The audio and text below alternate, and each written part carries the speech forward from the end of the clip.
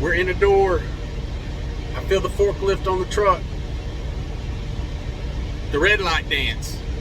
I don't know exactly what that would be, but if there was a red light dance, I'd be doing that right now.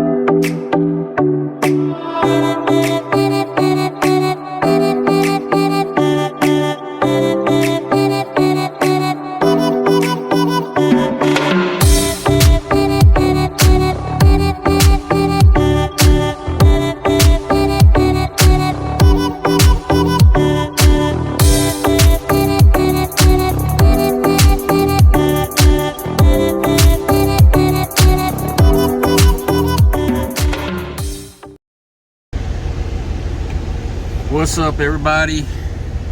Hope everybody's doing good. I am finally in a door. OMG, as they say. Let's get this up here. It's been a heck of a day.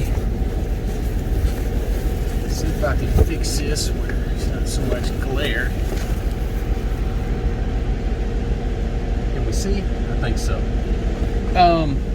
Man. Waiting, trying to be patient. Trying. This is a swift load. This is a load. I started, well, let me start over here. I got a question yesterday. And for some reason, I get email notifications on questions or comments from YouTube. But when I go to YouTube, sometimes they've erased the question or the comment. But somebody asked yesterday, how long does it take to pick up and drop these power-only loads? And I would say that, oh man, how do we get rid of that glare? You guys still see in here? And I would say that 90% of the time, it takes 15 minutes to be in and out of most of these places. You know, as much time as it takes you to hook up to a trailer, do a pre-trip, and get a bill of lading. Sometimes there's not even anyone there. You just pick up your trailer, fill out your own bill of lading, and you're gone. Same thing on the other end. Super easy. It gets you very spoiled. For people that have little or no patience, it's a perfect job. However, there are those occasions when you either have to pick up or drop off in a plant, or maybe I don't know, a job site or something like that, and you just don't know, you know, they don't know exactly where the trailer is, or they don't know exactly where they want it parked, and it might take a few more minutes to get escorted around somewhere, etc., etc.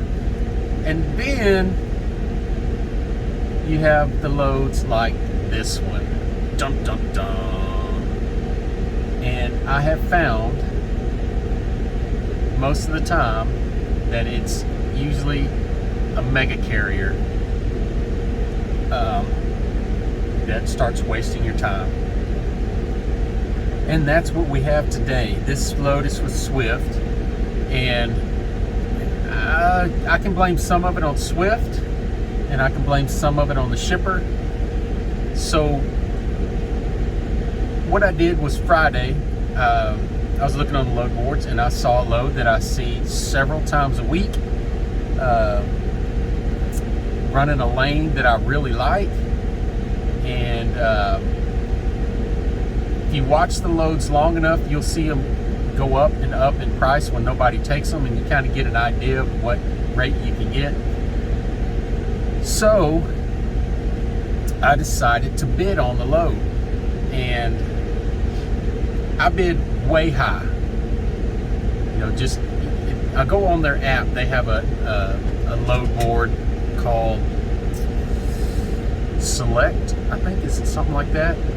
So I went on their app, I bid on the load, and Monday morning I got a counter offer, and they didn't lowball, they just boom, they made a good offer. And so I made a counter offer. I came down a few $100s, and immediately I got another counter offer, and they offered the exact same thing they did the first time, and I realized they are not going up on the rate. So it was still a good rate, and it's over $3 a mile, and would have been an excellent load had it worked out like it was supposed to. So here was the plan. I was supposed to pick up a preloaded trailer, take it to Utah, drop it, pick up an empty, and then I had the use of that empty for several days. I could pick up any load, use it as a loadout, and then all I had to do was return it back here to Texas. When I showed up here this morning, I was informed they don't do preloaded trailers here. So after calling, being put on hold, tracking down the agent who was in Arizona, 2 hours behind me, waiting till 10 o'clock, you can probably guess what they asked me to do. Go pick up an empty and get live loaded. And that's what I did. First of all, I wouldn't have done it unless they paid me more. And secondly, I wouldn't have done it if I had to drive 2 hours somewhere to try to find an empty trailer. But this empty trailer was only a couple of miles away, literally less than 2 miles away. So I went and got the empty trailer, came back, and so I've been here since 7 o'clock this morning, and it is, I can't remember the exact time. It's after, it's 2:08 right now, 2:08. After I was sitting here for over 3 hours, watching other trucks show up, check in, get loaded, and leave, I walked in to see what was going on, and I was informed that their internet was down. And I was about to walk out, and I said, well, what time do you stop loading? And she said 2:30, and it was right at 2 o'clock at that time. And I said, well, how many trucks are in front of me? And she said, there's about 7 trucks in front of you. So I said, hey, there's no way you're going to get me loaded and out of here by 2:30. And her and another lady back there were kind of shaking their heads. They didn't want to say yes or no. I don't think they knew whether or not that their forklift drivers could work overtime or would stay over and load trucks. But so she finally admitted, yeah, you probably won't get loaded today. So man, it just what went from bad to worse went to even worse. And so I went back out to my truck, and there was a Landstar driver who got here after I did, so I informed him what they told me. I said, you know what, I'm going to stay here until 4 o'clock, and maybe possibly just spend the night here and see what happens. So the Landstar driver came back and he said they told him the same thing. So I was getting ready to close my curtains and jump in the bunk and just watch some TV, and the phone rings. And it's the shipper, and she says, back up to door 17, and our computers are still not up, but we're gonna try to get you loaded today. So that is where we are, backed up to a door. And I do not envy you van drivers. Do not. I started out doing reefer stuff. Did not like that one bit. Got lucky. I was fortunate enough at that time to get on a dedicated account where it was all daytime driving and no nighttime deliveries or anything like that. Doing lots of hazmat stuff, but still, when you back up to that door, first of all, you wait out there in that gravel lot for hours. Then they say, okay, we're ready, back up to this door. You back up to that door, but they're not really ready. They're just making you feel good. And you back up to the door like I have, and the light's blinking green, nothing's going on. And after an hour or two, somebody locks the gate on your truck and they pull the forklift, and you're thinking, oh, I'm getting loaded. And you're so happy.